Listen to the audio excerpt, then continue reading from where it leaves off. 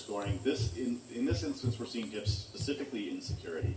So those are where Mechafish and Rubius were both taking a hit for security because someone else was managing to successfully POV against them. So basically, those are representative of maybe their patched binary that they deployed wasn't working during those rounds, or the patch was proven vulnerable still.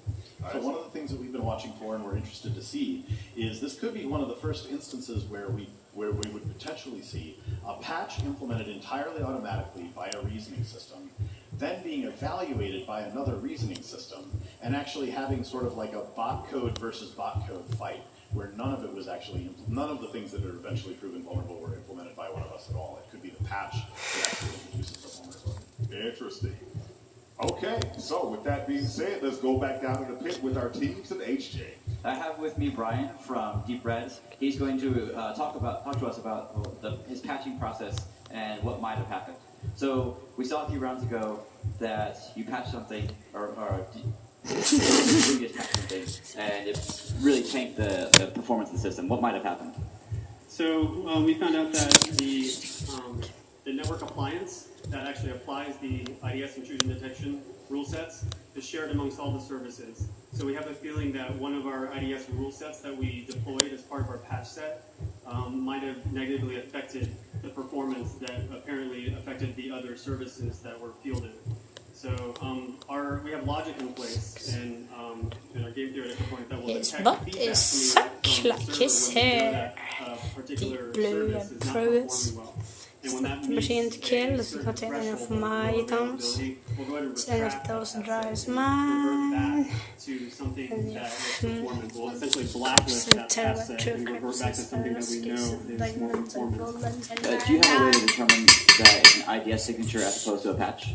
Unfortunately, you don't. The feedback is not particular to a certain patch that we applied. They don't know exactly the set of patches we applied. It's across the entire service. So in some cases, we have to make our best guess. And we do evaluate each of our patches individually. So we have data internally that we can hopefully discern which one is still performant and then apply it later if we know that it is confidently not the one that was negative. What do you evaluate your patch against? So we evaluate our patches against polars that we extract from the network feed that they send to us each round. So all the based off of coverage that it obtains, we'll go ahead and use those as sort of valid measurements of functionality, and we'll run those against our patches. So what is the actual mechanism? How do you receive this information? How do you know that your availability is tanking? So part of the status information that's given back to the competitors on each round tells you a list of each of the services, and it tells you the time execution overhead, it tells you the memory execution overhead, it also tells you the functionality, if you're failing due to functionality or connections being dropped. So you can take that information and say, okay, my patch didn't work, and then take hopefully corrective action as a result. What is the threshold for beginning to lose points in terms of memory use and function and performance?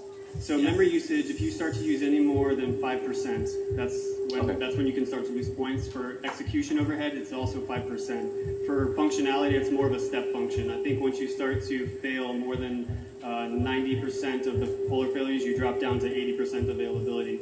And I think those are the only measurements that I can remember. But yeah. Thank you, I appreciate it, and it was good to see that your Rubius was able to recover from that mess up. Thank you. That was great information, and back to you, Hakeem.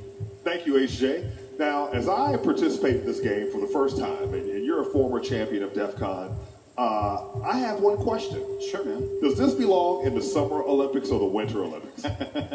I don't know. I think that since we're here in Vegas in the middle of the summer, it probably belongs in the Summer Olympics. But that's about all I could. That's about all I could guess. Yeah. So how many different types of hacker competitions are there? So there's a capture the flag type. What else exists? Yeah, I mean, for the most part, there are variants on capture the flag at a lot of different conferences the world over, and many of them actually act as qualifiers and feeders into defcon CTF. So there are a number of fairly newly introduced, basically several of these other very famous hacking competitions that occur at other conferences throughout the year act as qualifying grounds for being able to play in defcon CTF. So in addition to having basically a place at the table because you played in the qualifying rounds of defcon CTF, some of those other competitions have been recognized as being significant enough to basically be drawn into the fold and automatically qualify as Understand, is this a worldwide phenomenon? Oh, Like absolutely. that? That was one of the things that was really interesting to watch as DEFCON CTF became a little bit more structured and a little bit more difficult, and some of the challenges became harder.